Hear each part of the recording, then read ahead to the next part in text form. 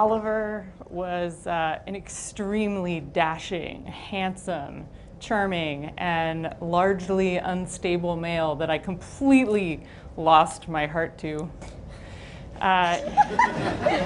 He was a Bernese mountain dog, and my ex-husband and I adopted him, and about 6 months in, we realized that he was a mess.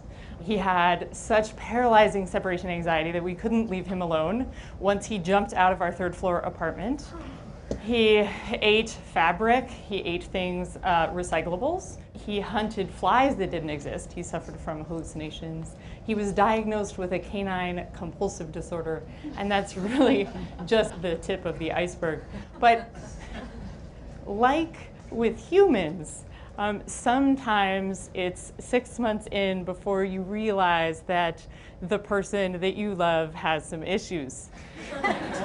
And most of us do not take the person we're dating back to the bar where we met them, or give them back to the friend that introduced us, or sign them back up on Match.com. We love them anyway, and we stick to it. And that is what I did with my dog. And I'd studied biology. I have a PhD in history of science from MIT. And had you asked me 10 years ago if a dog I loved, or just dogs generally, had emotions, I would have said yes, but I'm not sure that I would have told you that they can also wind up with an anxiety disorder, a Prozac prescription, and a therapist. But then I fell in love. And I realized that they can. And actually trying to help my own dog overcome his panic and his anxiety, it changed my life. It cracked open my world. And I spent the last 7 years actually looking into this topic of mental illness in other animals. Can they be mentally ill like people? And if so, what does it mean about us? And what I discovered is that I do believe they can suffer from mental illness, and actually looking and trying to identify mental illness in them often helps us be better friends to them, and also can help us better understand ourselves. So let's talk about diagnosis for a minute. Many of us think that we can't know what another animal is thinking. And that is true. But any of you in relationships, at least this is my case, just because you ask someone that you're with, or your parent, or your child, how they feel doesn't mean that they can tell you. They may not have words to explain what it is they're feeling, and they may not know. It's actually a pretty recent phenomenon that we feel that we have to talk to someone to understand their emotional distress. Before the early 20th century, physicians often diagnosed emotional distress in their patients just by observation. It also turns out that thinking about mental illness in other animals isn't actually that much of a stretch. Most mental disorders in the United States are fear and anxiety disorders. And when you think about it, fear and anxiety are actually really extremely helpful animal emotions. Usually we feel fear and anxiety in situations that are dangerous, and once we feel them, we then are motivated to move away from whatever is dangerous. The problem is when we begin to feel fear and anxiety in situations that don't call for it. Mood disorders, too, may actually just be the unfortunate downside of being a feeling animal. And obsessive compulsive disorders also are often manifestations of a really healthy animal thing, which is keeping yourself clean and groomed. This tips into the territory of mental illness when you do things like compulsively overwash your hands or paws, or you develop a ritual that's so extreme that you can't sit down to a bowl of food unless you engage in that ritual. So for humans, we have the Diagnostic and Statistical Manual, which is basically an atlas of the currently agreed upon mental disorders. In other animals, we have YouTube. This is just one search I did for OCD dog, but I encourage all of you to look at OCD cat. You will be shocked by what you see. I'm going to show you just a couple examples. This is an example of shadow chasing. I know, and it's funny, and in some ways it's cute. The issue, though, is that dogs can develop compulsions like this that they then engage in all day. So they won't go for a walk, they won't hang out with their friends, they won't eat. They'll develop fixations like chasing their tails compulsively. Here's an example of a cat named Gizmo. He looks like he's on a stakeout. But he does this for many, many, many hours a day. He just sits there and he will paw and paw and paw at the screen. This is another example of what's considered a stereotypic behavior. This is a sun bear at the Oakland Zoo named Ting Ting. And if you just sort of happen upon this scene, you might think that Ting Ting is just playing with a stick, but Ting Ting does this all day. And if you pay close attention, and if I showed you guys the full, half hour of this clip, you'd see that he does the exact same thing in the exact same order, and he spins the stick in the exact same way every time. Other super common behaviors that you may see in particularly captive animals are pacing stereotypies or swaying stereotypies. And actually, humans do this too. And in us, we'll sway, we'll move from side to side. Many of us do this. And sometimes, it's an effort to soothe ourselves. And I think in other animals, that is often the case too. But it's not just stereotypic behaviors that other animals engage in. This is Gigi. She's a gorilla that lives at the Franklin Park Zoo in Boston. She actually has a Harvard psychiatrist, and she's been treated for a mood disorder, among other things. Many animals develop mood disorders.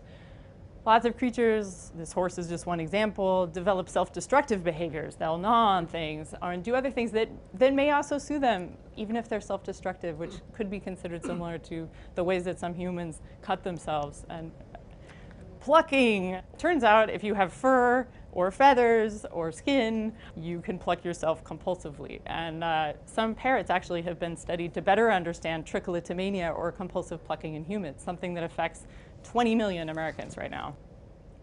Lab rats pluck themselves too. In them, it's called barbering. Canine veterans of conflicts of Iraq and Afghanistan are coming back with what's considered canine PTSD, and they're having a hard time re-entering civilian life when they come back from deployments. They can be too scared to approach men with beards or to hop into cars. I want to be careful and be clear, though. I do not think that canine PTSD is the same as human PTSD. But I also do not think that my PTSD is like your PTSD, or that my anxiety or that my sadness is like yours. We are all different. We also all have very different susceptibilities. So two dogs raised in the same household, one exposed to the very same things, one may develop, say, a debilitating fear of motorcycles or a phobia of the beep of the microwave, and another one is going to be just fine. So one thing that people ask me pretty frequently, is this just an instance of humans driving other animals crazy, or is animal mental illness just a result of mistreatment or abuse? And it turns out we're actually so much more complicated than that. So one great thing that has happened to me is that recently I published a book on this, and every day now that I open my email, or when I go to a reading, or even when I go to a cocktail party, people tell me their stories of the animals that they have met. And recently I did a reading in California, and a woman raised her hand after the talk and she said, "Dr. Braitman, I think my cat has PTSD." And I said, "Well, why? Tell me a little bit about it." So Ping is her cat. She was a rescue. And she used to live with an elderly man. And one day the man was vacuuming and he suffered a heart attack and he died. A week later, Ping was discovered in the apartment alongside the body of her owner, and the vacuum had been running the entire time. For many months, up to I think 2 years after that incident, she was so scared. She couldn't be in the house when anyone was cleaning. She was quite literally a scaredy cat. She would hide in the closet. She was unself-confident and shaky. But with the loving support of her family, a lot of time, and their patience, now 3 years later, she's actually a happy, confident cat. Another story of trauma and recovery that I came across was actually a few years ago. I was in Thailand to do some research. I met a monkey named Boon Lua. When Boon Lua was a baby, he was attacked by a pack of dogs, and they ripped off both of his legs and one arm. And Boon Lua dragged himself to a monastery where the monks took him in. They called in a veterinarian who treated his wounds. Eventually, Boon Lua wound up at an elephant facility, and the keepers really decided to take him under their wing, and they figured out what he liked, which turned out was mint Mentos and rhinoceros beetles and eggs. But they worried because he was social that he was lonely, and they didn't want to put him in with another monkey because they thought with just one arm he wouldn't be able to defend himself or even play, and so they gave him a rabbit. And Bunua was immediately a different monkey. He was extremely happy to be with this rabbit. They groomed each other. They became close friends. And then the rabbit had bunnies. And Bunua was even happier than he was before. And it had, in a way, given him a reason to wake up in the morning. And in fact, it gave him such a reason to wake up that he decided not to sleep. He became extremely protective of these bunnies. And he stopped sleeping. And he would sort of nod off while trying to take care of them. In fact, he was so protective and so affectionate with these babies that the sanctuary eventually had to take them away from him because he was so protective. He was worried that their mother might hurt them. So after they were taken away, the sanctuary staff worried that he would fall into a depression, and so to avoid that, they gave him another rabbit friend. My official opinion is that he does not look depressed.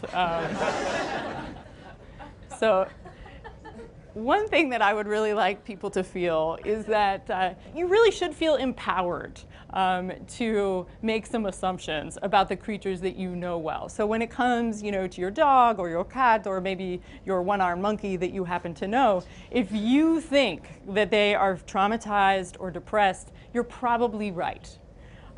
This is extremely anthropomorphic, or the assignation of human characteristics onto non-human animals or things. I don't think, though, that that's a problem. I don't think that we cannot anthropomorphize. It's not as if you can take your human brain out of your head and put it in a jar and then use it to think about another animal thinking. We will always be one animal wondering about the emotional experience of another animal. So then the choice becomes, how do you anthropomorphize well, or do you anthropomorphize poorly? And anthropomorphizing poorly is all too common. It may include dressing your corgis up and throwing them a wedding, or getting too close to exotic wildlife because you believe that you have a spiritual connection. There's all manner of things. Anthropomorphizing well, however, I believe is based on accepting our animal similarities with other species and using them to make assumptions that are informed about other animals' minds and experiences. And there's actually an entire industry that is in some ways based on anthropomorphizing well, and that is the psychopharmaceutical industry. 1 in 5 Americans is currently taking a psychopharmaceutical drug, from the antidepressants and anti-anxiety medications to the antipsychotics. It turns out that we owe this entire psychopharmaceutical arsenal to other animals. These drugs were tested in non-human animals first, and not just for toxicity, but for behavioral effects. The very popular antipsychotic Thorazine first relaxed rats before it relaxed people. The anti-anxiety medication Librium was given to cats selected for their meanness in the 1950s and made them into peaceable felines. And even antidepressants were first tested in rabbits. Today, however, we are not just giving these drugs to other animals as test subjects, but we're giving them these drugs as patients, both in ethical and much less ethical ways. SeaWorld gives mother orcas anti-anxiety medications when their calves are taken away. Many zoo gorillas have been given antipsychotics and anti-anxiety medications, but dogs like my own Oliver are given antidepressants and some anti-anxiety medications to keep them from jumping out of buildings or jumping into traffic. Just recently, actually, a study came out in Science that showed that even crawdads responded to anti-anxiety medication. It made them braver, less skittish, and more likely to explore their environment. It's hard to know how many animals are on these drugs, but I can tell you that the animal pharmaceutical industry is immense and growing, from $7 billion in 2011 to a projected $9.25 billion by the year 2015. Some animals are on these drugs indefinitely. Others, like one bonobo who lives in Milwaukee at the zoo there, was on them until he started to save his Paxil prescription and then distribute it among the other bonobos.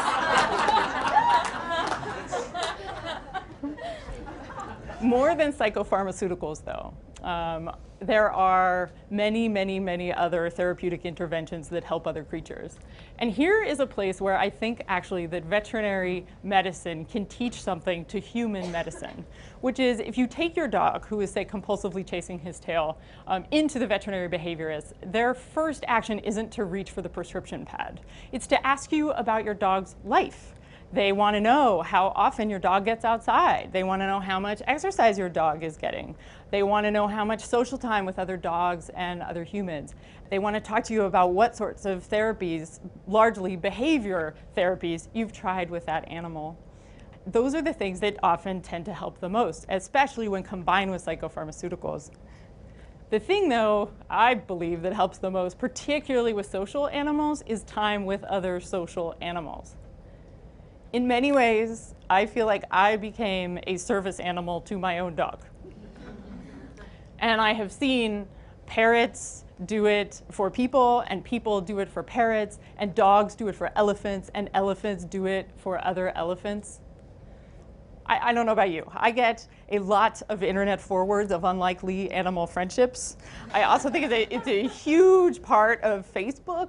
The monkey that adopts the cat, or the Great Dane who adopted the orphaned fawn, or the cow that makes friends with the pig. And had you asked me 8, 9 years ago about these, I would have told you that they were hopelessly sentimental and maybe too anthropomorphic in the wrong way, and maybe even staged. And what I can tell you now is that there is actually something to this. This is legit. In fact, some interesting studies have pointed to oxytocin levels, which are a kind of bonding hormone that we release when we're having sex or nursing or around someone that we care for extremely. Oxytocin levels raising in both humans and dogs who care about each other or who enjoy each other's company.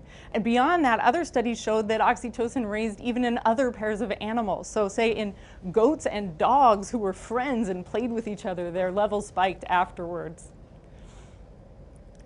I have a friend who really showed me that mental health is, in fact, a two-way street. His name is Lonnie Hodge, and he's a veteran of Vietnam. When he returned, he started working with survivors of genocide and a lot of people who'd gone through war trauma. And he had PTSD and also a fear of heights because in Vietnam he had been rappelling backwards out of helicopters over the skids. And he was given a service dog named Gander, a Labradoodle, to help him with PTSD and his fear of heights. This is them actually on the first day that they met, which is amazing. And since then, they've spent a lot of time together visiting with other veterans suffering from similar issues. But what's so interesting to me about Lonnie and Gander's relationship is that about a few months in, Gander actually developed a fear of heights. Probably because he was watching Lonnie so closely. What's pretty great about this, though, is that he's still a fantastic service dog, because now when they're both at a great height, Lonnie is so concerned with Gander's well-being that he forgets to be scared of the heights himself. Since I've spent so much time, with these stories, digging into archives, I literally spent years doing this research, and it's changed me. I no longer look at animals at the species level. I look at them as individuals, and I think about them as creatures with their own individual weather systems, guiding their behavior and informing how they respond to the world. And I really believe that this has made me a more curious and a more empathetic person, both to the animals that share my bed and occasionally wind up on my plate, but also to the people that I know who are suffering from anxiety and from phobias and all manner of other things. And I really do believe that even though you can't know exactly what's going on in the mind of a pig or your pug or your partner, that shouldn't stop you from empathizing with them. The best thing that we could do for our loved ones is perhaps to anthropomorphize them. Charles Darwin's father once told him that everybody could lose their mind at some point. Thankfully, we can often find them again, but only with each other's help. Thank you.